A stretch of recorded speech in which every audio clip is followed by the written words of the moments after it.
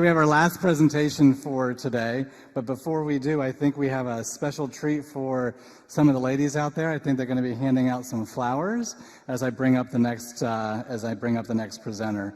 So Kamile Valatkaite is a legal counsel and team lead at Vinted, a online marketplace in Lithuania. And Kamile is going to discuss with us the challenges of a fast-growing company. She's familiar with document automation, but what she's going to discuss is actually getting a fast-growing company to get on board with document automation, because a lot of the problems could be solved, and she'll go into detail with you. So if you would, please welcome Kamile to the stage. And again, this will be our last presentation. After Kamile presents, I'll do a few closing words, and then we'll wrap up for the day. Okay? Thank you very much. Kamile, welcome to the stage.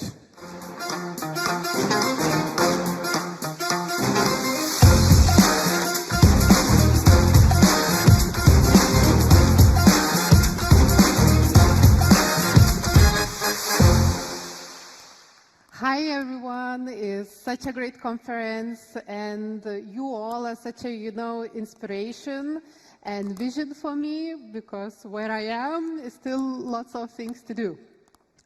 So my name is Kamile Valatkaite, and I'm the legal counsel and team lead at Vinted. My focus for a quite long time been contract law, negotiations, implementation of many various legal tech tools, and also building new processes and training materials, providing guidelines. I'm a huge legal design advocate. I'm happy I've seen quite few presentations today that how the legal design documents are coming into life. And also, my next steps are within leadership and coaching. So in general, so what do I love and hate about my job is that in my daily work, I can really utilize my skill set, which for previously I used to think that it's something wrong with me, because I like to do law and I like to do projects. But the more I evolve into different companies within my role, I see that actually it's a huge advantage to have that mindset, which how to make certain things more efficient in your legal job. Also, I am quite creative and looking for the solutions that would have some creativity and something different, not something that you usually do every single day. And for me, it's also very important to follow the trends, as already mentioned, legal design and legal tech. The challenges that I meet is that, especially that I'm in a more startup-ish environment, so the changes that I have to meet, like for example, last year, my manager changed 3 times, so you make priorities and you have to change them. And then also it is very difficult to plan, even though I am a planner, that I like to plan my day, my week, and to plan for the next year. But when the business is growing, new products are coming into place, and you need to adapt to the business needs. And of course, for the lawyers, it's always, the workload is a huge, always it's like a challenge that you need to balance that. And if you want to make something in addition, you need to find those extra hours. So where I work at Vinted. And Vinted is a second-hand marketplace for the second-hand fashion items. It is also available here in Czech Republic. Proud to say that it's first Lithuanian unicorn, which has been evaluated at 3.5 billion euros, operating in 15 countries in North America and Europe, has over 50 million users. I think your earrings are causing an issue. Is it? Okay, so I have 2 tools now. Okay. So Yes. So I came here from Vilnius, headquarters in Lithuania, but we have over 1,500 employees, and there are offices even here in Prague, in Paris, Amsterdam, Utrecht, and Berlin. Oops. So in general, company values really resonates with me because we are on the mission to make sustainable consumption the first choice worldwide.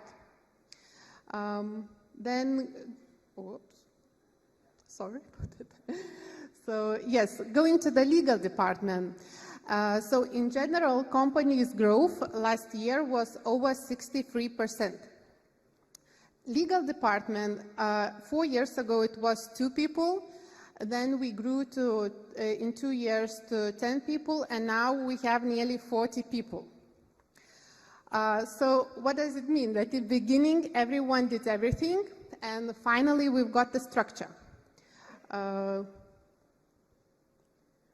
Where we've got a general counsel, we've got a legal shipping team, we've got a product team for the marketplace, we've got IP and litigation, we've got corporate and the contracts team where I'm leading, also public affairs and compliance. Compliance is quite, I would say, new, huge team with the smaller sub-teams, data privacy, risk management, competition and regulatory. Moving forward with a smaller scope of the contract teams and the challenges that we met. So how did our work look prior 2022? It's that whoever needed a contract, they used to contact us through Trello, which is actually a product management tool, or through Slack or email. Email actually in a startup-ish environment is not used that much. Slack is very popular. So anybody can drop you a message and give you a task to do that they need something. And what contract team does next then would take the full ownership, legal revision, and negotiations if needed, approvals additional from the other teams, and then also getting the signatures at the end. This process had quite a lot of issues, starting from the high risk, when unmanageable scope for the whole team. As company is growing, so more and more contracts are coming into force. Then also there was no budget control and for the spend, how much are spending the teams. And then InfoSec and in privacy teams usually been involved at the very late stages or sometimes even not. And there's another reason was that security reasons, because as I said, we still actually using Trello, which as a basic from the basic perspective, so it has its limitations. So there is no access control. Everybody from the company, they can access any kind of documents and make any changes. It's not that it happened that somebody would make these changes, but still somebody can come and delete everything. So I guess it's not that good.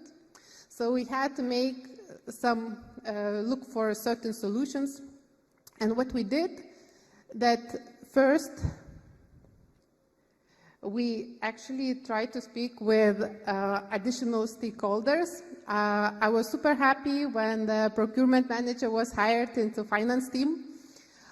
We also invited privacy team members and InfoSec, where we start developing certain processes. And there was like 2 processes in parallel in created, procurement process and vendor due diligence. To manage that better, we implemented new tools. Jira in general was used in the company for whatever somebody needs support from IT, HR, so we done it the same for the procurement. Whatever, if anybody needs to buy something, they go to Jira. And we also implementing the contract lifecycle management. Unfortunately, not Legito, but Gatekeeper. And we started with NDAs and simple OPEX agreements. And then, as I said, there comes some changes. That business, actually, like 1 month ago, we had the plan that we're going to follow up with the next agreements, implementations. And then business coming with a new idea that they've got new product, and now we're going to have also B2B agreement, sales agreement.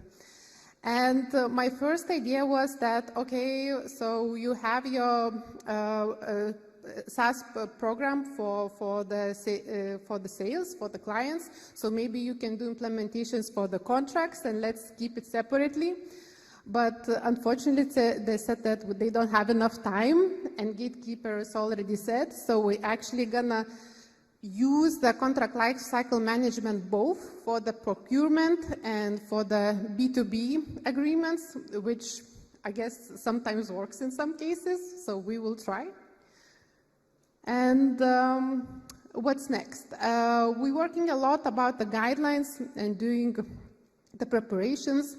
And again, interesting thing, what was happening that this year war started, so there was lots of initiatives regarding the donations. And then I'm receiving one agreement with one NGO, then the second, then the third, and I'm asking our payments team, like, how many more we're gonna get? And they said, like, oh, maybe another 30. And I said, like, okay, so it's not gonna work like this, that we're gonna keep reviewing because it's gonna take a lot of time. So I just reviewed these 3 agreements and then the template, and I said, like, okay, you go with our template, and then it's gonna be easier to onboard. So it's very important to think efficiently from that perspective, and to make it easier. So this is our preparations. So, and also next, regarding the purchases, that the business would be able to purchase certain things just with the invoices if it is less than 5,000 euros. Also, we provided certain guidelines for the procurement regarding OPEX contracts, and now we are about to build our templates database and clauses library, which at the end I get. So this is our preparation, that in the end we will be able and be ready for to do certain automations. So this is it. Thank you very much.